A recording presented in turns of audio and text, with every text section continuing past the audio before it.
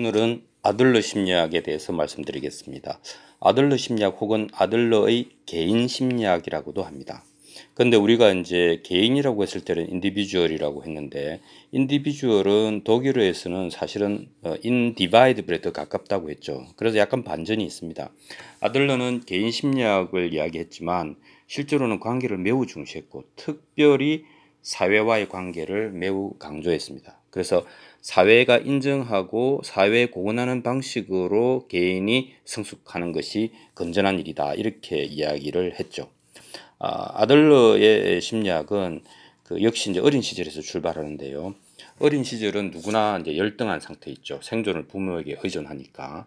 그래서 이 한 5, 6세 되는 이 유아기에 자신의 열등 상태, 즉 자기에게 다가오는 문제와 장애를 해결하는 라이프 스타일을 습득하고, 그것은 거의 그 형태는 고정된다라고 이제 보는 것입니다.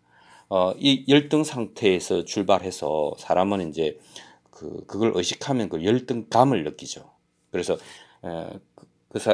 아들러는 말하기를 사람은 열등감을 느끼는 순간에 인간이 된다, 이렇게 이야기를 합니다. 그러면 이제 그 순간에 사람은 그 반대편에 있는 우월성을 추구하게 되는 거죠. 그래서 그 목적 지향적인 우월함을 추구하는 것을 어디서 하느냐? 사회에서 인정받는 방식으로 공헌을 통해서 그것을 획득하면 그때 비로소 인간은 성숙하고 완성이 된다, 이렇게 이야기하는 거죠.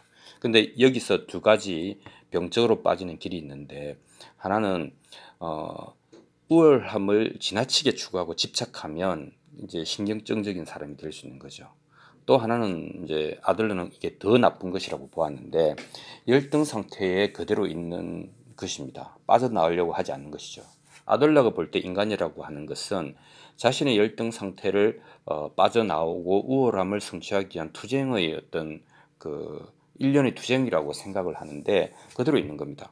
그래서 이 열등 상태가 이제 어떤 문제를 일으키는가 하면, 열등 상태에 있는 사람들에 대해서는 우리는 특별히 양보하고 배려를 하죠.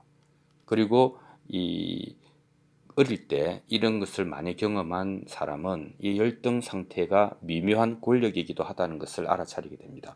그러면 자기의 문제를 해결하는 주된 양식, 그 라이프 스타일의 형태가 이런 열등 상태를 미묘한 권력으로 전환하는 것으로 굳어지게 되는 거죠.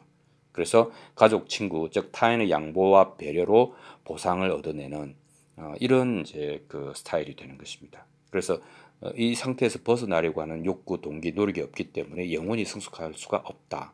그리고 어떻게 보면 사회를 뜯어먹고 산다, 뭐 이렇게 좀 신랄한 표현을 하기도 했습니다.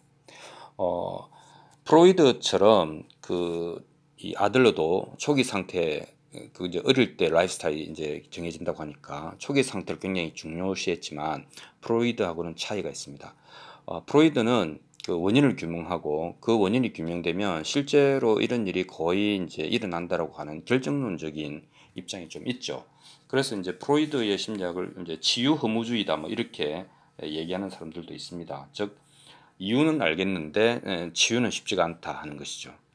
그래서 그런 데 대해서 아들러는 인정하지 않았습니다. 아들러는 우리가 열등감을 가진 순간에 그 우월함을 추구하는 목적이 우리를 이끌어가는 원동력이 될 수 있다. 그래서 원인을 규명한들 무엇하는가, 미래지향적으로 그 목적이 끌고 가는 삶이어야 한다. 이게 아들러의 기본 입장입니다. 그래서 프로이드는 이제 퍼스널리티를 강조했는데, 이건 좀 그 아이덴티티와 관련된 것이죠. 그런데 아들러는 라이프 스타일을 강조합니다. 이것을 라이프 스타일이라고 하는 것은 아이덴티티가 아니죠. 그냥 문제를 처리하는 방식이죠. 그래서 굉장히 역동적인 것으로 파악을 하고 있습니다. 그래서 아까 얘기한 것처럼 프로이드는 원인 규명을 중시했지만, 그럼 이게 이제 어떤 얘기가 될 수도 있는가 하면, 그러면 뭐 원인은 알겠는데 그럼 이번 생은 나가리인가? 뭐 이렇게 되는 거죠. 근데 이제 아들러 입장에서는 그거를 받아들일 수 없고, 행동하게 하는 목적 중심에, 그것이 심지어는 허구라도 작동하기만 하면 문제가 없다, 이렇게 이야기를 했죠. 그래서 프로이드는 무의식을 얘기했고, 융은 집단 무의식을 이야기했습니다. 그런데 아들러에 와서는 아예 그 집단, 그 사회성을 명시해서 수면으로 끌어올려서 이 사회에 공헌하는 것이 가치 있는 일이고 행복한 일이고 그것이 성숙의 길이고 그것이 완성의 길이다라고 이야기했습니다. 아들러는 열등감에 지배당하지 말고 열등감을 지배하라라고 이야기했습니다. 예, 여러분에게서 열등감을 어떻게 다룰지 모르겠다고 하면 아들러를 꼭 한번 공부해 보시기를 추천드립니다. 감사합니다.